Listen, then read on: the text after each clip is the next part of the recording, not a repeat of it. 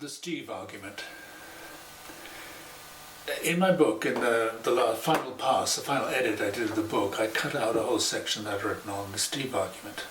However, a couple of oblique references to the Steve argument remained in the text. And the alert reader who comes across these will probably want to know what the Steve argument is. Well, the Steve argument comes from a time, early 70s, when I was a student.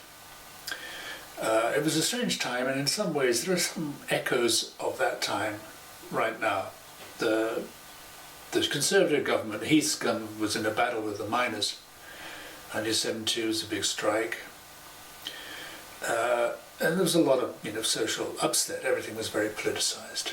A little bit later on, the following year or so, there was the oil price hike and massive inflation going on in Britain. And Heath ordered a 3-day week so that power could be rationed at different parts of the community, different parts of industry.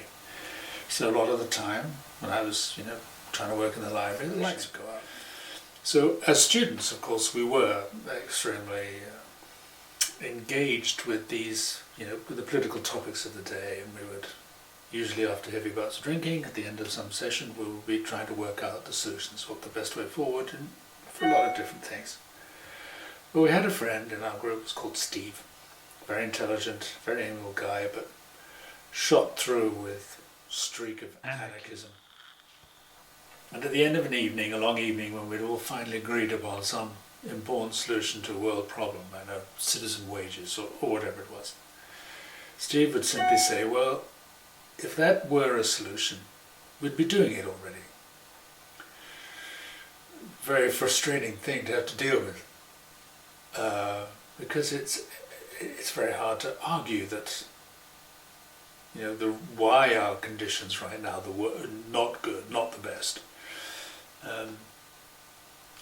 For a long time I used to think the Steve argument is really just evolution. Evolution throws up a solution, the best solution that it can, for the time, for the environment that it's in, and with the materials that it has. What we have from evolution is what there is anything else. But of course this isn't quite correct.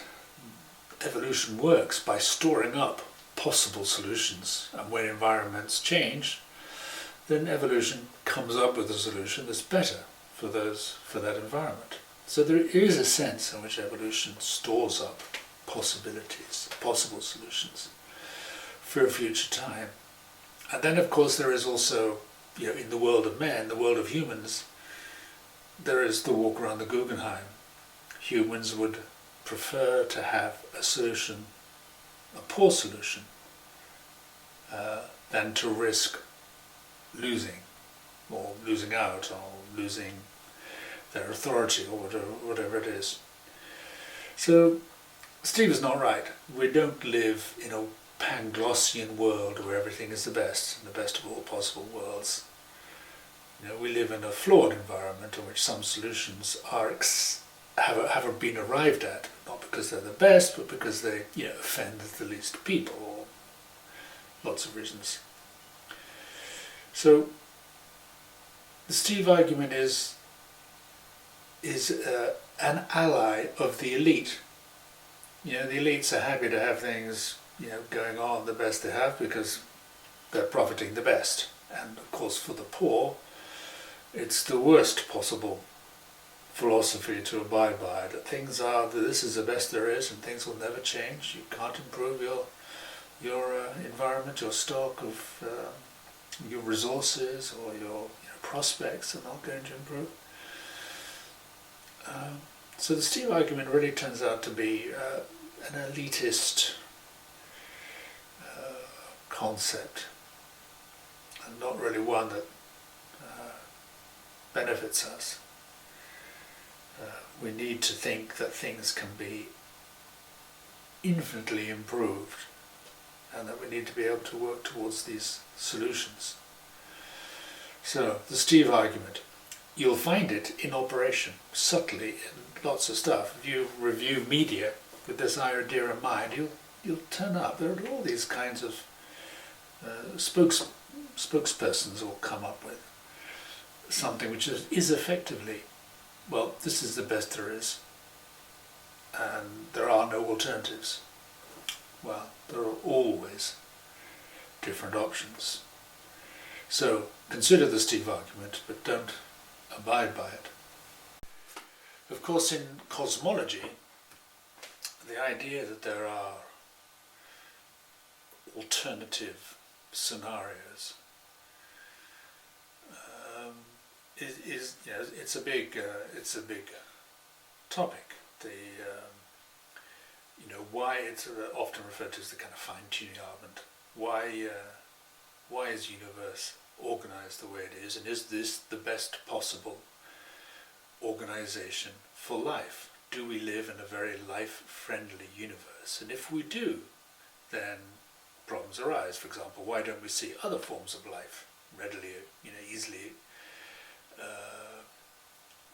easily sort of getting going around the universe? I mean, we see nobody. We see no evidence of anybody. We live in a solar system in which there doesn't appear to be much life about, insofar as we've explored it. And there's a lot of what's called anthropic reasoning that try and leads people to assess whether there are many other universes, with life, and people consider that we must belong to an average set because that's the most sensible start-off idea, which is kind of rather like the Steve argument. We live in the best possible universe, and therefore other universes must approach our own universe because these are the ideal conditions to produce life. It's merely wish fulfillment, I think, because first of all, we've no real evidence that we live in the best possible universe for our kind of life. In fact, we are pretty much very readily damaged by the activities that life itself produces. For example, exponential growth. We are coming to our limits already. Life has hardly got going. People think that the early start to life in the Earth's history, very, very soon after the formation of oceans, 3 billion years ago or so, is a sort of evidence that life is commonplace, and we should find it everywhere.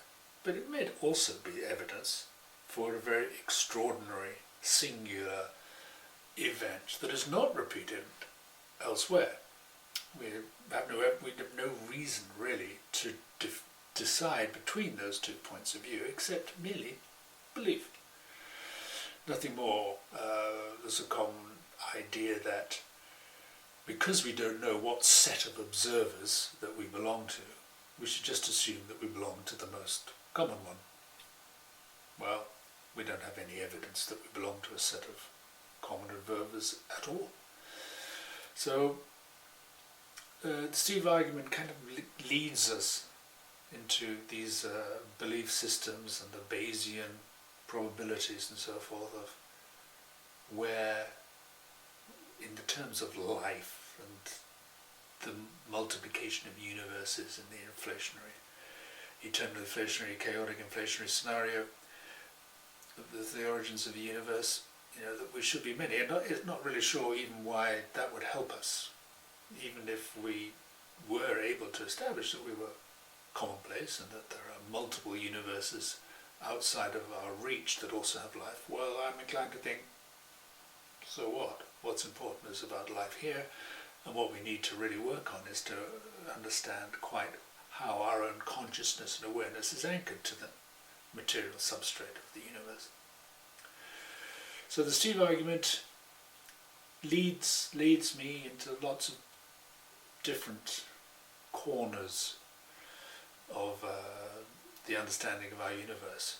So while it may seem elitist and non-productive, it is quizzical enough to be seeds of interesting thoughts.